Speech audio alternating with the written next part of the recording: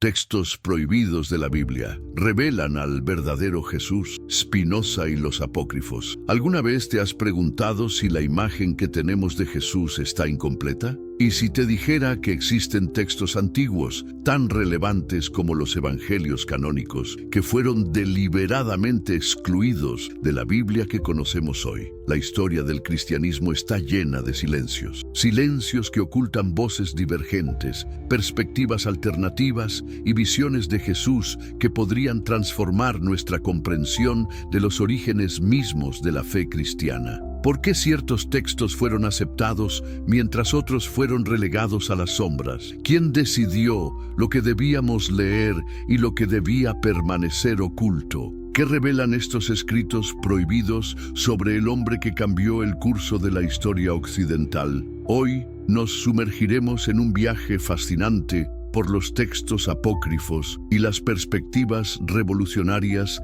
del filósofo Baruch Spinoza, quien se atrevió a cuestionar los fundamentos mismos de la autoridad bíblica cuando nadie más osaba hacerlo. Prepárate para descubrir un Jesús que quizás nunca conociste, una diversidad teológica borrada de la historia oficial y las implicaciones profundas que estos descubrimientos tienen para nuestra comprensión del cristianismo. Este es solo el comienzo de nuestra búsqueda de la verdad. Una verdad que ha permanecido enterrada durante siglos, esperando ser revelada a quienes tienen el valor de cuestionar lo establecido. La construcción del canon bíblico. ¿Alguna vez te has preguntado cómo se decidió qué libros debían formar parte de la Biblia? La historia del canon bíblico es mucho más compleja y controvertida de lo que muchos fieles imaginan. Todo comenzó en los primeros siglos después de Cristo, cuando circulaban numerosos textos sobre su vida y enseñanzas. Durante casi 300 años, los cristianos no tuvieron una lista definitiva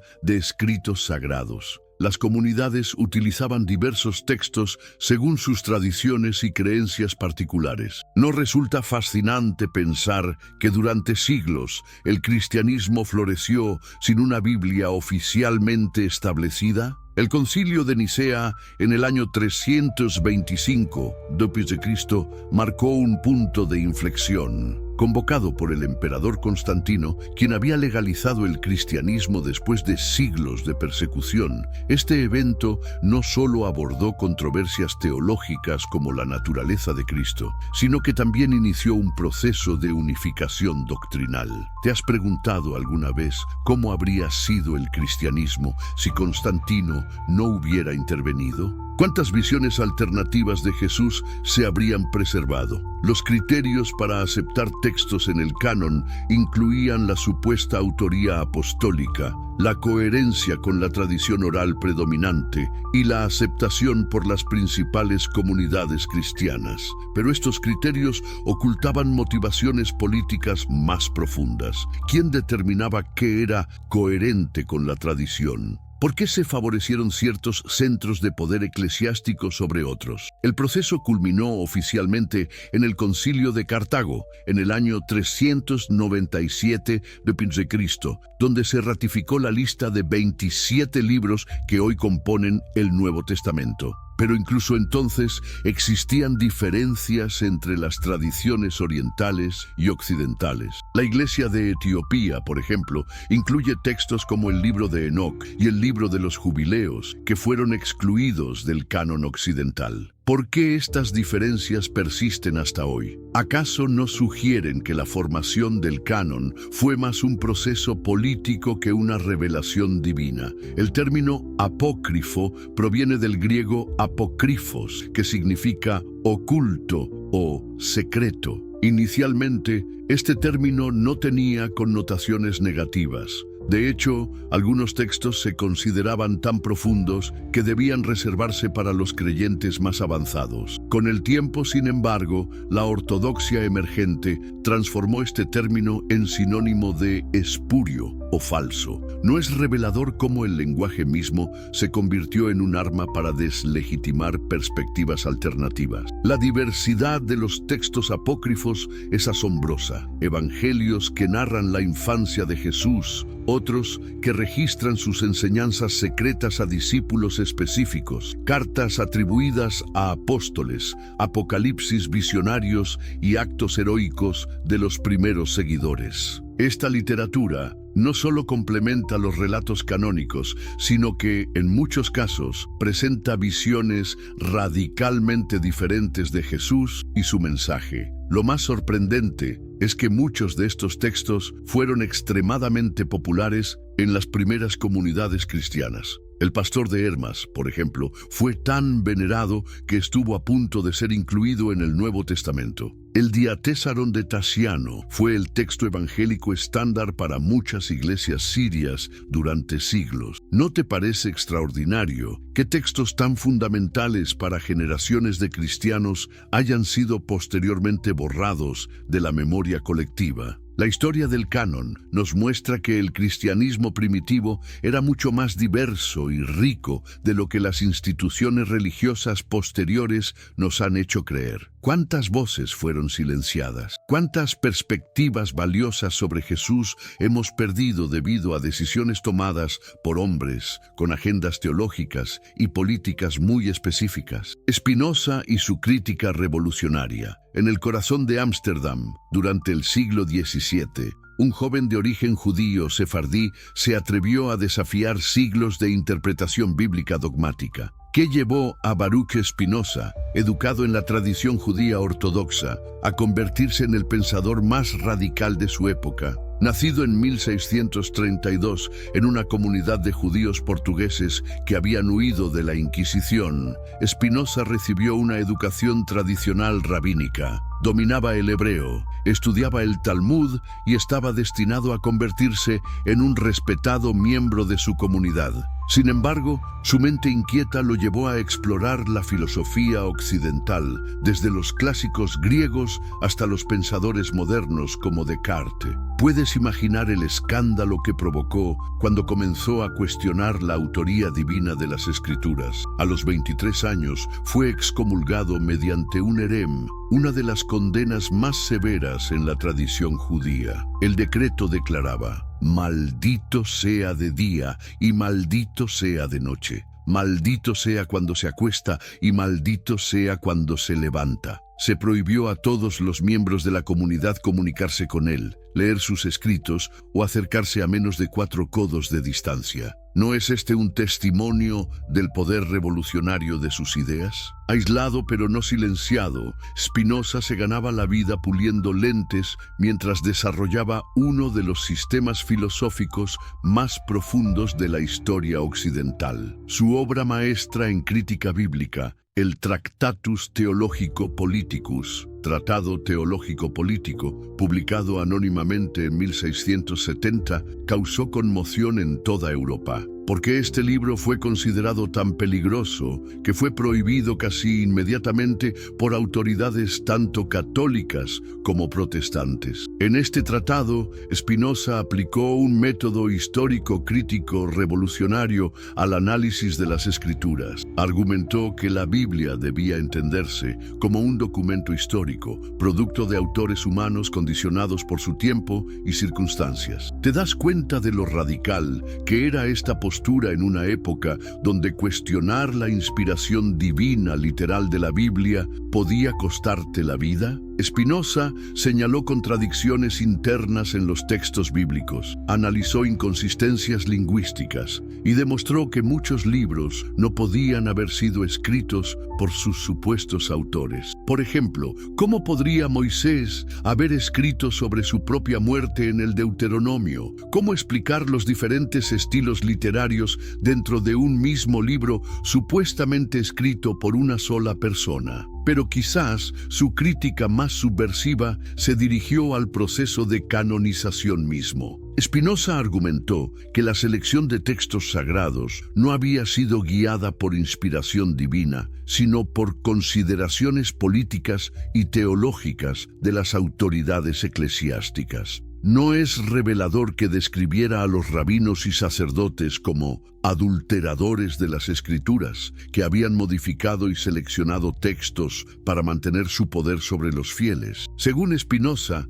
los textos apócrifos no eran inherentemente menos valiosos que los canónicos. Simplemente habían sido víctimas de luchas de poder dentro de las comunidades religiosas. ¿Acaso no sugiere esto que nuestra comprensión de Jesús podría estar sesgada por decisiones institucionales tomadas siglos después de su muerte? La persecución que Spinoza sufrió ilustra perfectamente lo que estaba en juego. Sus libros fueron quemados, prohibidos y colocados en el índice de libros prohibidos de la Iglesia Católica. Se le denunció como ateo, aunque paradójicamente toda su filosofía estaba centrada en una profunda concepción de Dios. ¿No es irónico que uno de los pensadores más genuinamente religiosos de la historia fuera condenado como enemigo de la religión? Lo que hacía a Spinoza tan peligroso era su defensa de la libertad de pensamiento. El objetivo del Estado,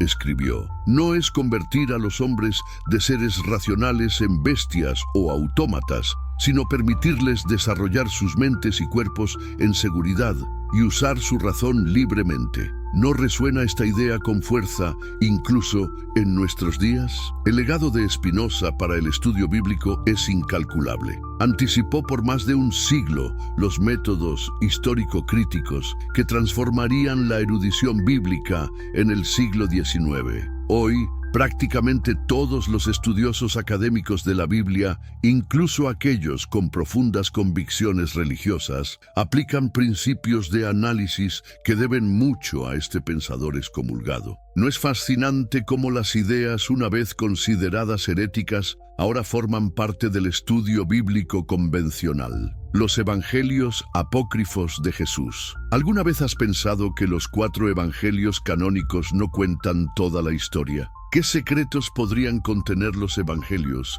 que fueron excluidos de la Biblia oficial? El descubrimiento de la biblioteca de Nag Hammadi en 1945, cuando un campesino egipcio tropezó accidentalmente con una jarra sellada que contenía 13 códices antiguos, revolucionó nuestra comprensión del cristianismo primitivo. ¿Te imaginas el momento en que estos textos vieron la luz del día después de casi 1600 años ocultos en el desierto egipcio? Entre estos documentos se encontraba el famoso Evangelio de Tomás, quizás el más significativo de todos los evangelios apócrifos. A diferencia de los evangelios canónicos, el Evangelio de Tomás no contiene narrativas sobre la vida de Jesús, sino una colección de 114 dichos atribuidos a él. Quien encuentra la interpretación de estos dichos no probará la muerte, advierte el texto desde su primera línea. ¿No es intrigante que este evangelio prometa vida eterna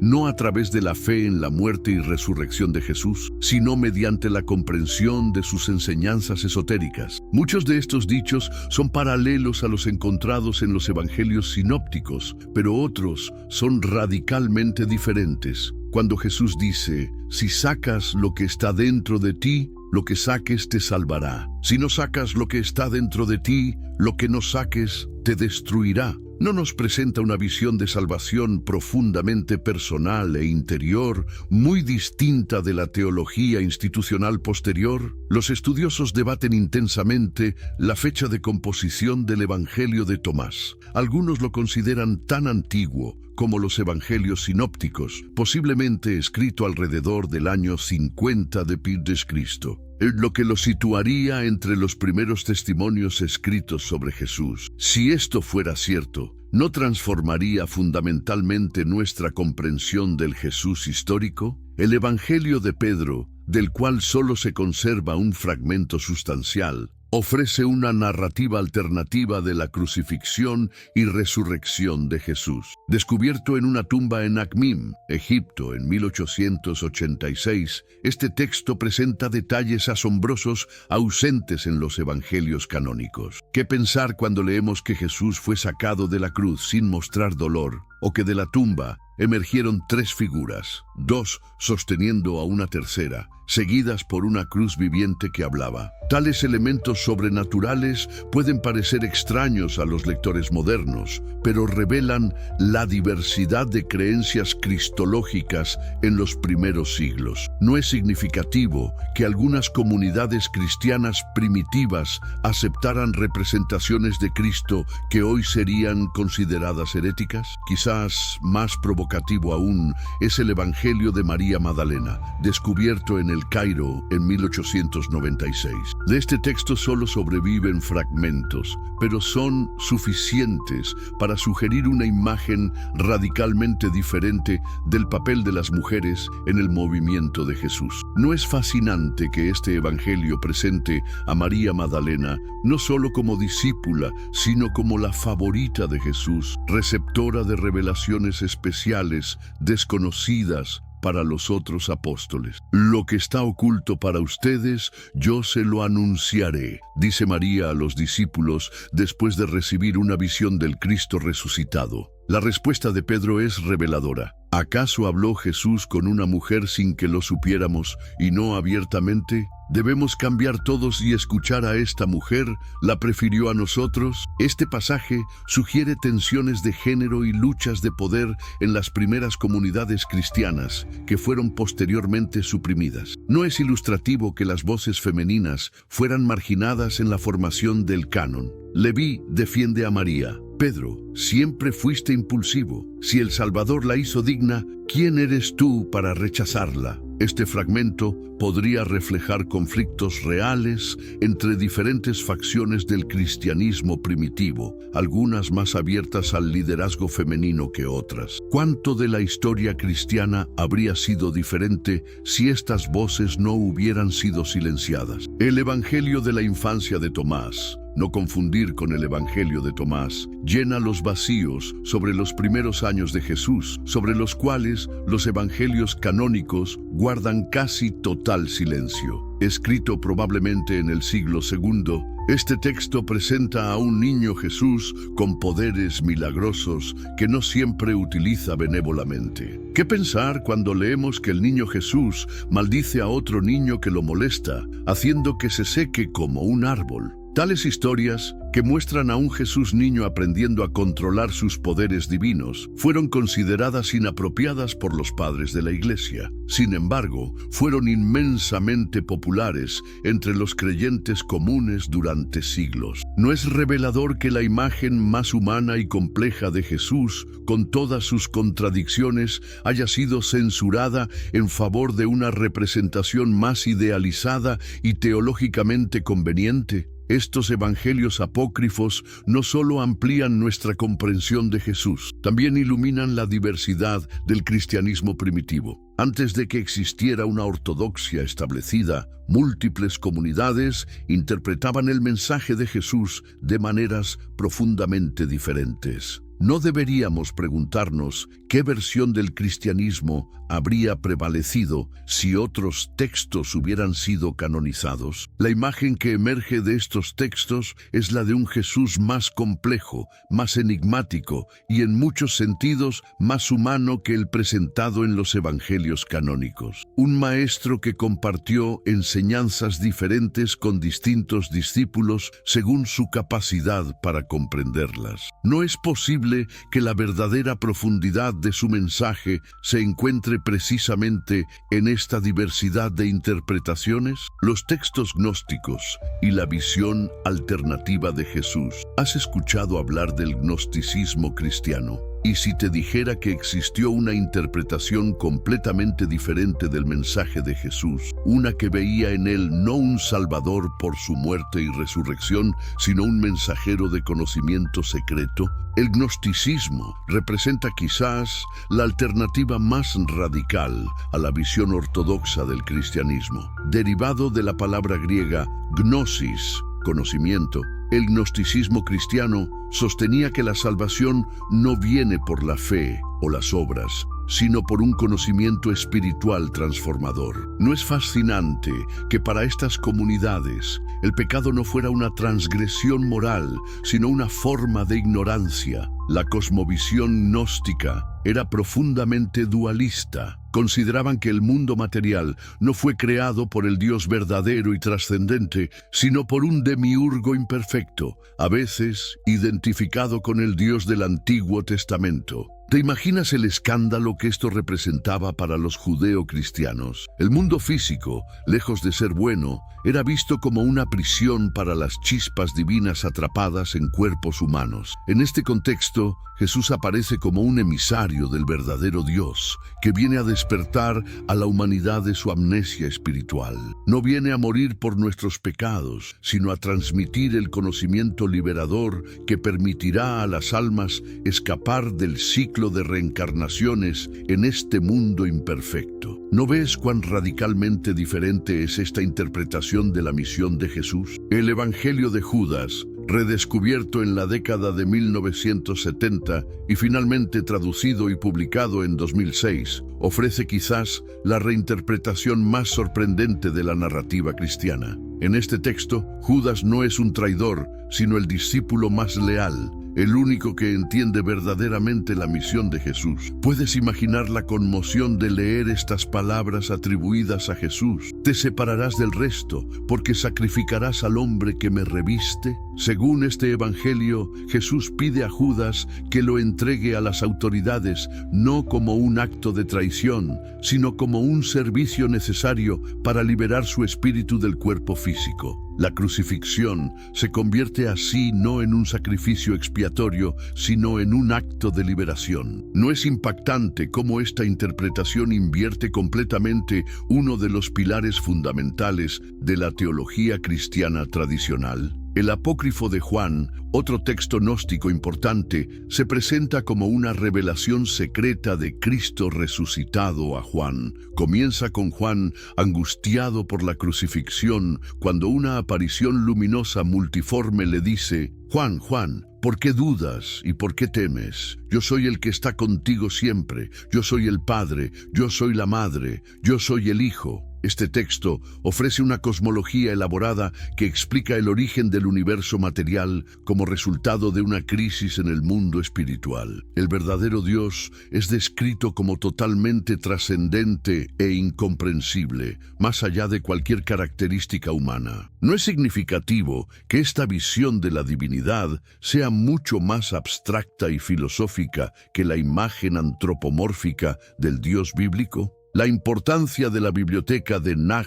Hammadi para nuestra comprensión del cristianismo primitivo difícilmente puede exagerarse. Estos textos fueron enterrados alrededor del año 367 d.C., precisamente cuando el obispo Atanasio de Alejandría ordenó la destrucción de textos heréticos. ¿No es extraordinario que debamos nuestro conocimiento de estas tradiciones cristianas alternativas a un acto de preservación posiblemente realizado por monjes que no pudieron soportar destruir estos textos? El hallazgo reveló que el gnosticismo no era una simple desviación marginal, como lo presentaban los heresiólogos cristianos, sino un movimiento sofisticado con textos elaborados y sistemas teológicos complejos. ¿Te has preguntado cuántas otras visiones de Jesús se han perdido para siempre porque no tuvieron la fortuna de ser preservadas en jarras selladas en el desierto egipcio? Lo que estos textos desafían, fundamentalmente, es la idea de que existió un cristianismo original, unificado, que luego se corrompió con herejías. En lugar de eso, parecen confirmar que desde el principio existieron múltiples interpretaciones de Jesús compitiendo entre sí. ¿No es más honesto reconocer esta diversidad original en lugar de pretender que una sola interpretación siempre fue la correcta? Los textos Judaico-cristianos perdidos. ¿Alguna vez te has preguntado cómo interpretaban a Jesús sus seguidores judíos? ¿Qué pensaban aquellos que compartían su herencia cultural y religiosa, que entendían las referencias al Antiguo Testamento y las expectativas mesiánicas judías? El cristianismo nació como un movimiento dentro del judaísmo. Jesús era judío, sus discípulos eran judíos, y las primeras comunidades cristianas estaban compuestas principalmente por judíos que creían que Jesús era el Mesías prometido. Sin embargo, a medida que el cristianismo se expandió entre los gentiles, la conexión con sus raíces judías se debilitó progresivamente. ¿No es irónico que una religión nacida del judaísmo terminara desarrollando tendencias antisemitas a lo largo de su historia? El Evangelio de los Hebreos, mencionado por varios padres de la Iglesia, pero ahora perdido excepto por fragmentos citados en sus obras, era el texto sagrado utilizado por las primeras comunidades judeo-cristianas en Palestina. Según Jerónimo, quien afirmaba haberlo traducido, este evangelio estaba escrito en arameo, el idioma hablado por Jesús. ¿No te parece significativo que el evangelio escrito en la lengua materna de Jesús haya sido excluido del canon? Los fragmentos sobrevivientes sugieren un texto que enfatizaba la continuidad entre el mensaje de Jesús y la tradición judía, presentándolo como un reformador dentro del judaísmo más que como el fundador de una nueva religión. En una cita preservada por Orígenes, el Jesús de este evangelio dice: «Mi madre, el Espíritu Santo, me tomó por uno de mis cabellos y me llevó al monte Tabor». Esta referencia al Espíritu Santo como femenino refleja la palabra hebrea ruach, espíritu, que es gramaticalmente femenina. ¿No es fascinante cómo incluso el género del Espíritu Santo cambió cuando el cristianismo se helenizó? Los ebionitas, los pobres, constituían otra importante corriente judeo-cristiana. Para ellos, Jesús era un profeta humano, no divinamente engendrado, sino elegido por Dios debido a su perfecta observancia de la ley. Rechazaban la preexistencia de Cristo y el nacimiento virginal, considerando a Jesús como hijo biológico de José y María. ¿Te das cuenta de cuán radical es esta diferencia respecto a la cristología que eventualmente se impuso? El Evangelio de los Ebionitas, del cual solo quedan fragmentos citados por Epifanio, presentaba a Jesús como vegetariano y opuesto a los sacrificios animales. En un pasaje famoso Jesús dice: «He venido a abolir los sacrificios, y si no dejáis de sacrificar, la ira no se apartará de vosotros». Esta postura antisacrificial habría sido revolucionaria en el contexto del judaísmo del Segundo Templo. ¿No es revelador que estos aspectos potencialmente históricos de las enseñanzas de Jesús hayan sido eliminados de la tradición dominante? Para los ebionitas, la observancia de la ley judía seguía siendo obligatoria para todos los seguidores de Jesús. Consideraban a Pablo un apóstata por su enseñanza de que los gentiles no necesitaban circuncidarse ni seguir las leyes dietéticas judías. ¿Te imaginas cómo habría sido el cristianismo si esta visión hubiera prevalecido? Probablemente habría permanecido como una secta judía minoritaria en lugar de convertirse en una religión mundial. El protoevangelio de Tiago o Santiago, aunque no es estrictamente judeo-cristiano, refleja una etapa temprana donde la separación entre judaísmo y cristianismo aún no era definitiva. Escrito probablemente a mediados del siglo II, este texto se enfoca en la vida de María antes del nacimiento de Jesús y elabora la historia de su nacimiento virginal. ¿No es interesante que mientras los evangelios canónicos apenas mencionan la infancia de María, este texto la presente creciendo en el templo de Jerusalén, criada casi como una sacerdotisa judía? Este evangelio introdujo en la tradición cristiana los nombres de los padres de María, Joaquín y Ana, y estableció muchos elementos que posteriormente se incorporarían a la mariología católica y ortodoxa. A pesar de ser técnicamente apócrifo, ha tenido una influencia enorme en la piedad popular y el arte cristiano. ¿No es paradójico que un texto considerado no canónico haya moldeado tan profundamente la devoción mariana? Las pseudo-clementinas, una colección de escritos judeo-cristianos que incluye homilías y reconocimientos atribuidos a Clemente de Roma, presentan una versión fascinante del cristianismo primitivo. En estos textos, Pedro aparece disputando con Simón el Mago, quien representa veladamente al apóstol Pablo. ¿Puedes imaginar un cristianismo donde Pedro y Pablo fueran considerados adversarios teológicos en lugar de cofundadores complementarios? Según estos escritos, Jesús vino simplemente a restaurar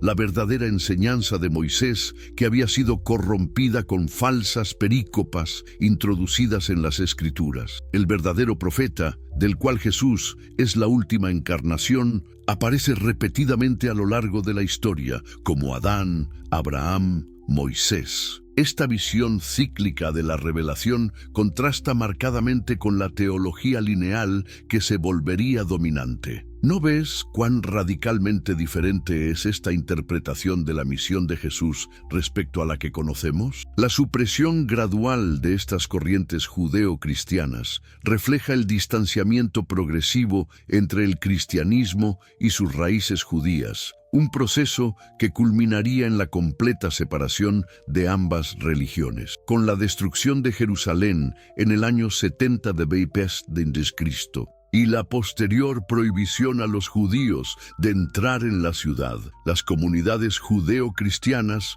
perdieron su centro espiritual y gradualmente se extinguieron. ¿No es trágico pensar que la interpretación de Jesús por aquellos que compartían su contexto cultural y religioso haya sido casi completamente borrada de la historia? Implicaciones para el cristianismo contemporáneo. ¿Qué significaría para el cristianismo actual reconocer y reintegrar estas voces silenciadas? ¿Cómo cambiaría nuestra comprensión de Jesús si tomáramos en serio la diversidad del cristianismo primitivo? La inclusión de los textos apócrifos en nuestra comprensión del cristianismo primitivo tiene implicaciones profundas y potencialmente transformadoras. No se trata simplemente de añadir más textos a un canon ya establecido, sino de reconsiderar fundamentalmente cómo entendemos la figura de Jesús y el desarrollo del cristianismo. ¿Estamos preparados para aceptar que lo que consideramos ortodoxia fue solo una entre muchas interpretaciones posibles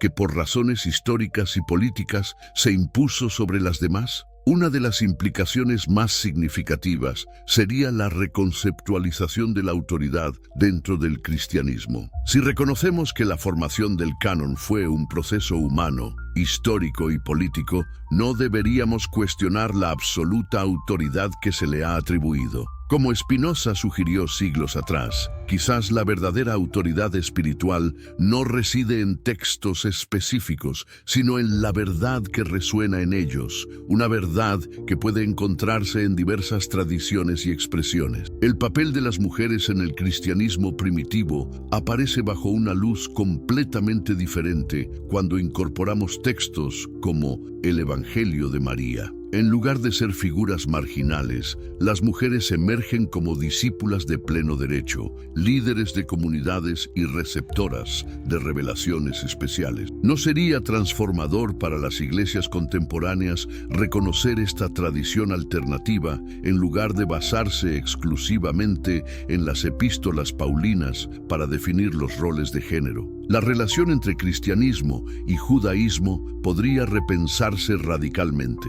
Los textos judeo-cristianos sugieren una continuidad mucho mayor entre ambas tradiciones, presentando a Jesús no como alguien que vino a abolir la ley, sino a cumplirla plenamente. En una época donde el diálogo interreligioso es más importante que nunca, ¿no sería valioso recuperar estas interpretaciones que enfatizan lo que une a ambas tradiciones en lugar de lo que las separa? El legado de Spinoza para la interpretación bíblica contemporánea es incalculable. Su insistencia en tratar los textos bíblicos como productos históricos abrió el camino para la moderna exégesis crítica. Hoy, incluso en seminarios y facultades de teología conservadores, se reconoce reconoce la importancia de entender el contexto histórico, las influencias culturales y los géneros literarios de los textos bíblicos. No es extraordinario que ideas por las que Spinoza fue excomulgado sean ahora parte integral de la formación teológica.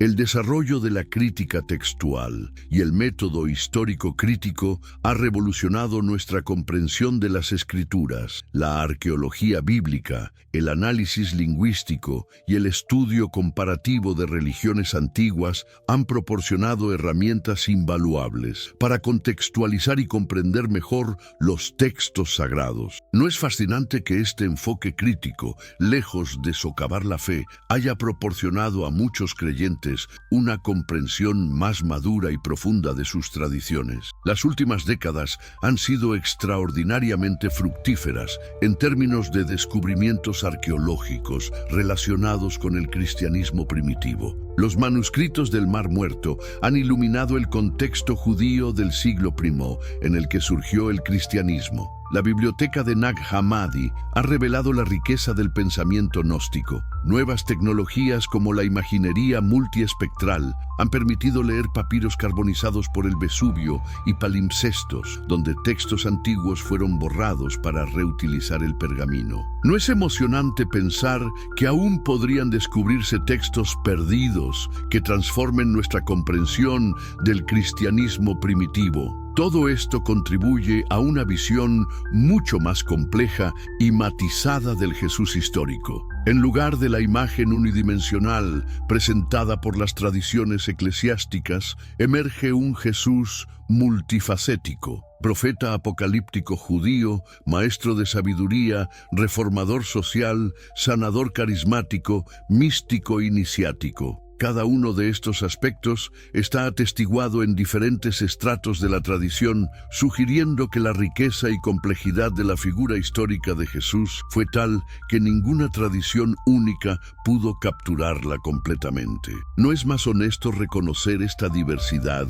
que insistir en una interpretación monolítica? Lo más revolucionario de todo es quizás la invitación a una fe más madura y reflexiva. Si aceptamos que el cristianismo siempre fue diverso, que existieron múltiples interpretaciones legítimas del mensaje de Jesús, entonces quizás podamos trascender la mentalidad dogmática que ha causado tanto sufrimiento a lo largo de la historia. ¿No sería liberador reconocer que la verdad espiritual es demasiado vasta para ser contenida en una sola formulación doctrinal? ¿Qué hemos descubierto en este viaje por los textos prohibidos de la Biblia y la crítica revolucionaria de Spinoza? No simplemente curiosidades históricas o controversias teológicas abstractas, sino una invitación a repensar fundamentalmente lo que creemos saber sobre Jesús y los orígenes del cristianismo. La diversidad de textos y voces que hemos explorado nos revela que el cristianismo primitivo fue un mosaico vibrante de interpretaciones y comprensiones de Jesús. Lejos de existir una única iglesia primitiva con una doctrina unificada, encontramos comunidades diversas que entendían a Jesús de maneras radicalmente diferentes. Como un profeta judío, como un revelador de conocimientos secretos, como un maestro de sabiduría, como un reformador social, como una encarnación divina. Esta diversidad no debe verse como un problema a resolver o una confusión que aclarar, sino como testimonio de la riqueza y profundidad del impacto de Jesús en sus seguidores. ¿No es precisamente esta multiplicidad de interpretaciones lo que demuestra el poder transformador de su mensaje? Un mensaje tan revolucionario que no pudo ser contenido en una sola formulación teológica. Spinoza, en su valentía intelectual, nos invitó a mirar más allá de las interpretaciones dogmáticas y reconocer la dimensión humana e histórica de los textos sagrados, no para disminuir su valor espiritual, sino para comprenderlos más profundamente en su contexto original. Su legado nos recuerda que la búsqueda honesta de la verdad, aunque a veces dolorosa, es el camino hacia una espiritualidad más auténtica y madura. Los textos apócrifos y las tradiciones alternativas que hemos explorado no son simplemente curiosidades históricas. Son voces silenciadas que tienen mucho que decirnos hoy, especialmente en un mundo donde las certezas absolutas parecen cada vez más problemáticas. Nos recuerdan que el cristianismo siempre ha sido una tradición viva, en constante evolución, capaz de reinterpretarse en nuevos contextos. Quizás la pregunta más importante no sea ¿cuál es el verdadero Jesús?, sino ¿qué Jesús necesitamos hoy? En la diversidad de interpretaciones que los textos prohibidos nos ofrecen, podemos encontrar aspectos de Jesús que responden a las crisis y desafíos de nuestro tiempo. Su crítica a las estructuras injustas de poder, su inclusión de los marginados, su visión de una espiritualidad que trasciende fronteras religiosas. Al final, estos textos vanidos nos invitan a una comprensión más rica y matizada, no solo del cristianismo primitivo, sino de la naturaleza misma de la revelación religiosa. Nos recuerdan que lo divino siempre excede nuestras categorías y formulaciones, y que quizás la verdad más profunda no se encuentra en la certeza dogmática, sino en la humildad que reconoce los límites de nuestro conocimiento. El verdadero legado de estos textos prohibidos y de pensadores como Spinoza no es el escepticismo o la deconstrucción por sí mismos, sino la invitación a una fe más reflexiva, más abierta a la diversidad de interpretaciones, más consciente de su propia historicidad. Una fe que no teme las preguntas difíciles, porque confía en que la verdad, como dijo el propio Spinoza, se revela a sí misma. ¿No es esta, después de todo, la lección más valiosa que podemos aprender de nuestro viaje por los textos vanidos de la Biblia? Que la búsqueda de la verdad, cuando se realiza con integridad y apertura, es en sí misma un camino sagrado.